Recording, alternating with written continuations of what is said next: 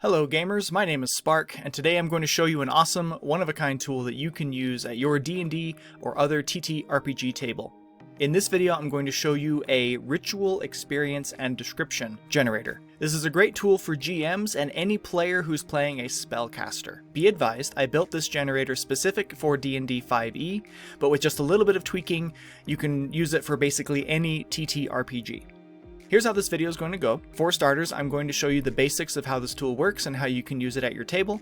Then I'm going to show you what's happening behind the scenes to make the generator work and how you can customize it to better fit your campaign. As with all of my generators, we have our 4 different sections. We have the settings, we have the generate button that turns it all on, we have the results section, and we have the storage system. For starters, let's just generate a result so you know what we're talking about. So what this generator does is it gives you a description of what is happening for this ritual that is being exercised. So the result that we receive here is for a sorcerer, and it says, to begin, you arrange some of the components in a delicate hexagonal design on a small table. These will occasionally be adjusted during the ritual. Next, you whisperingly intone an impressive series of specific words that continuously repeat throughout the ritual. Quiet, crackling cacophony can be heard. Meanwhile, you sculpt tokens on your palm with punctuated hand motions, generating brightly glowing, faint lines wherever motions occur. The remaining components are tossed upon the earth with gentle movements. Anyone within 30 feet senses an unnerving, expansive effect. Your diction ends without climax, concluding the ritual. Essentially, what we've just done is created a paragraph that a GM or a player can read for how a certain ritual is going to go. So let's say that you're a player and you're casting a ritual spell and you would like to bring in some descriptive element of what's happening. Just click the button and read the paragraph, and that describes the ritual spell that you're casting. If you're the GM and there's an NPC who's casting a ritual spell, or you have a cult and they're casting some sort of demonic or abyssal ritual, or any number of circumstances in which you have players or NPCs that are casting a ritual spell, this gives you the opportunity to generate a description for that experience without you as the GM or the player having to go through the creative energy of describing the visual, the audio, the olfactory, the extrasensory effects, and it just allows for some fun, random, creative energy to happen at the table. So this was just one example, but you can see that following the rules of D&D 5e, we have our 6 different spell casting classes. And so you get to decide which class the ritual is being cast by. Now, right now it's set to random. If you set it to custom, those will all turn off, and custom goes into the second half of this video where we talk about customization. But setting it on random, you can decide which of these you want active. So notice if wizard is the only one that's checked, I'm cycling through and they all are remaining wizards. I'll show you why that matters later in detail, but right now, simply put, the type of caster casting the ritual will affect the description. So a druid casting a ritual spell will get different descriptors than an artificer casting a ritual spell. The ritual component section is for what components are used in creating the spell. Are there vocal components, somatic components, material components?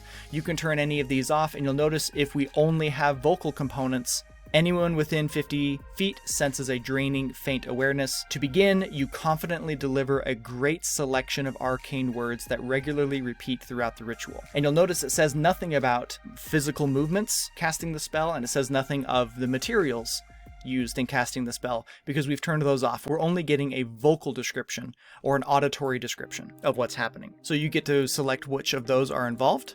And then the sensory effects is where you get to determine what everyone else is experiencing, what everyone else is seeing.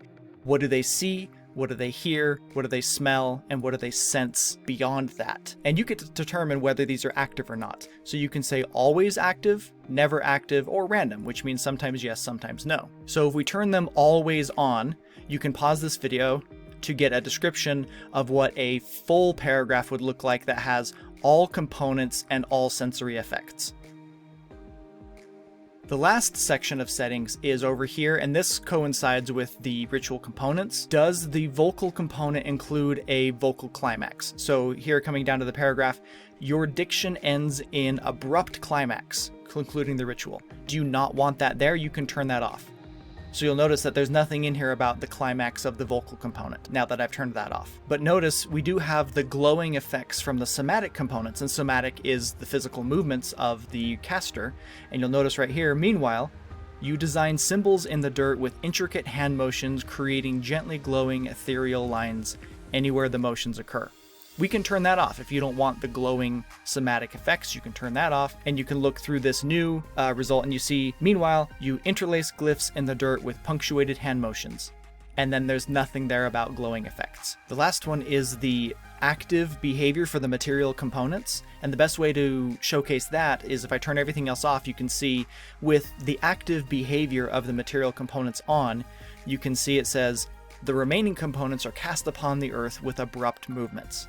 This last sentence, that's the active behavior. If we turn that off, you'll notice we don't get that. We just get, you arrange the components in an intricate star design on a large table. These will occasionally be adjusted during the ritual, and that's it. There's no example of interacting actively with those material components. Whereas if it's on, then you see like the components are sprinkled out of your hand with fluid movements. The next thing I want to do is I want to showcase for you the difference between the types of results that we get between the different classes. So let's start off by looking at the Artificer. So with the Artificer results, you're going to be getting things that are much more mechanical or machine oriented, very much similar to the list of things that will be present for a Wizard's results.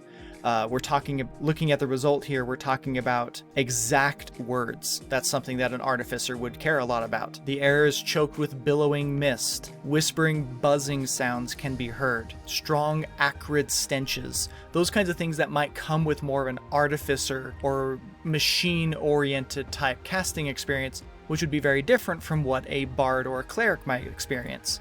If we look at a cleric's results, we get more play with light and dark. The air flares with dark shrouds. You speak dissonant words, hissing cacophony.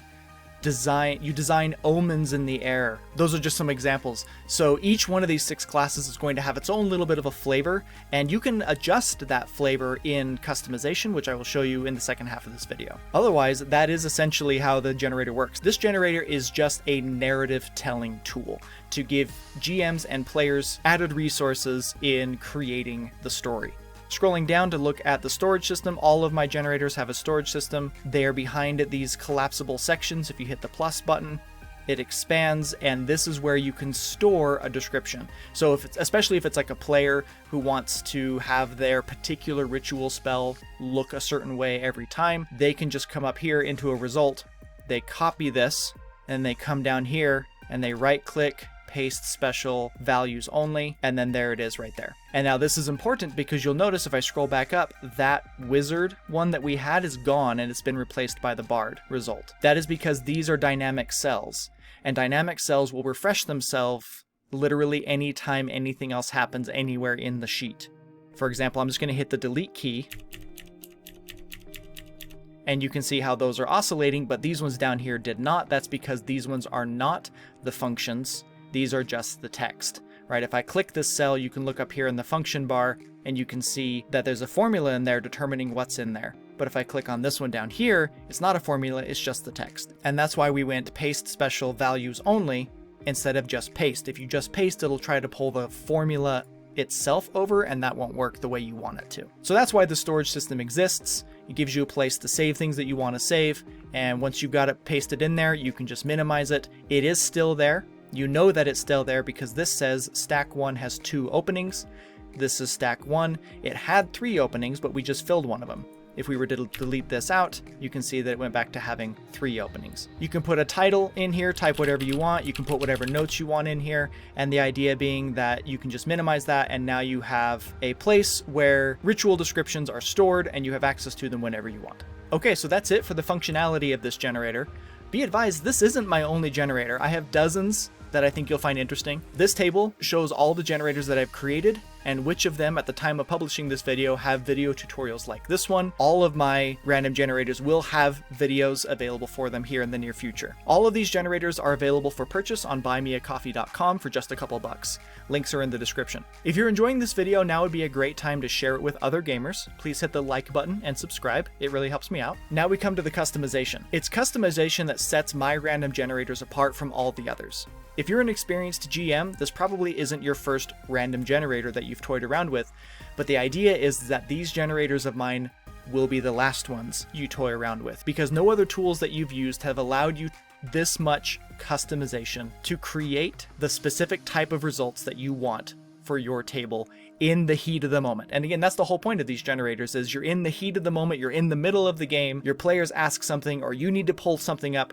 You just click a button and there it is. My generators allow you to customize the code and the master lists so that you can personally craft your own spectrum of results. So let me show you how to customize this generator so that you can create the type of rituals that you want your players to experience. As with all of my generators, there is a reference tab down here at the bottom. If you click on that, you'll notice I have 7 different sections.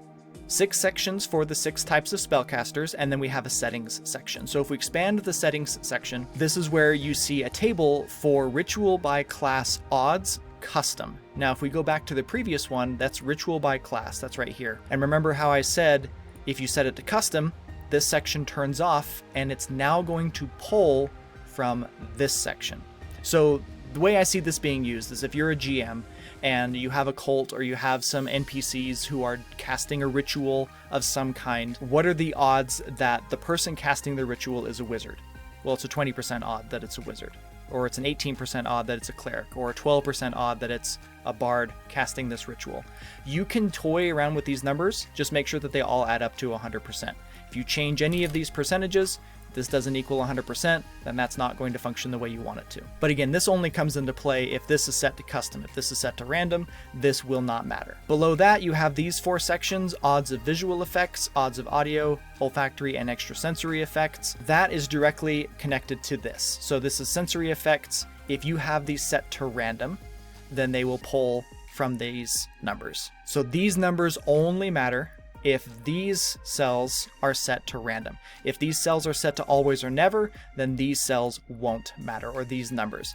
So again, you can change these numbers, just make sure that they stay between 0 or 100%. So that's it for the basic settings. Minimize that. Let's take a look at the Artificer. Now, if you expand the Artificer section, you'll see we have the vocal, material, and somatic sections, and that correlates directly with these, and you can expand that, and here's where you see the sentence structure for the vocal component of the ritual.